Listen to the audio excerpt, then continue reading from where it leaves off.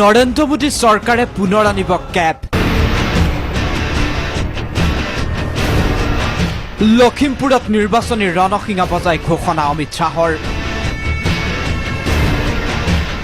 জাতিধ্বংসী নাগৰিকত্ব সংশোধনী বিধেয়ক বিৰোধী স্থিতি গ্ৰহণ কৰা অসমৰ জনতা তথা দল সংগঠনৰ বিজেপিৰ ওচৰত যে কোনো গুৰুত্ব নাই সেই কথা পুনৰ স্পষ্ট হ'ল অমিত শ্বাহৰ ভাষ্যত।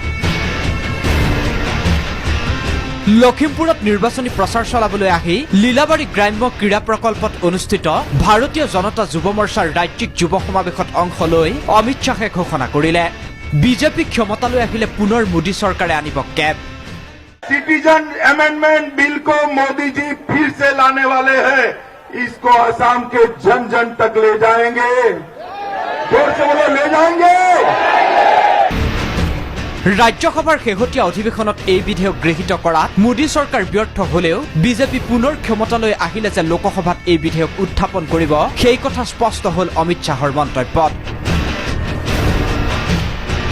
এই সন্দৰ্ভত বিজেপিৰ ৰাষ্ট্ৰীয় সভাপতিজনৰ মন্তব্য, জনগাঁথনিৰ পৰিৱৰ্তন ৰোধ কৰাৰ স্বাৰ্থতে প্ৰয়োজন আছে কেবৰ। কেইটামান দল সংগঠনে নিবিচাৰিলেও অসমৰ জনতাই নাগৰিকত্ব সংশোধনী বিধেয়ক গৃহীত হোৱাটো বিচাৰে বুলি দাবী কৰিলে অমিত শ্বাহে।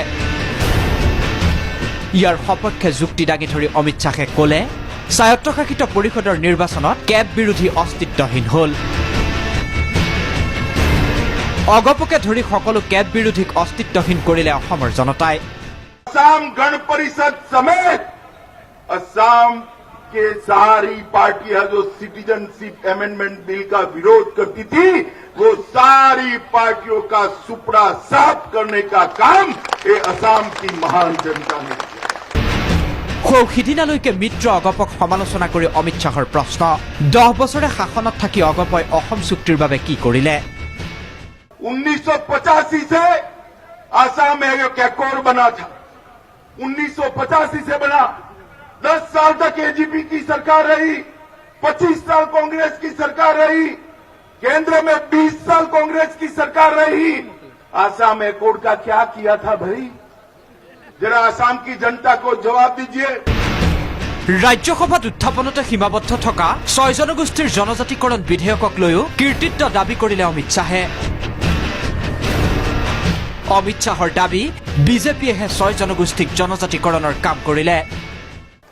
हमने 6 जनजातियों को ओम, मोटक, मोरन, सुटिया, कोच राजवंशी और सहज गोष्ठी, ये 6 जातियों को भी जनजाति लान में लाने की प्रक्रिया ये भारतीय जनता पार्टी की नरेंद्र मोदी सरकार ने।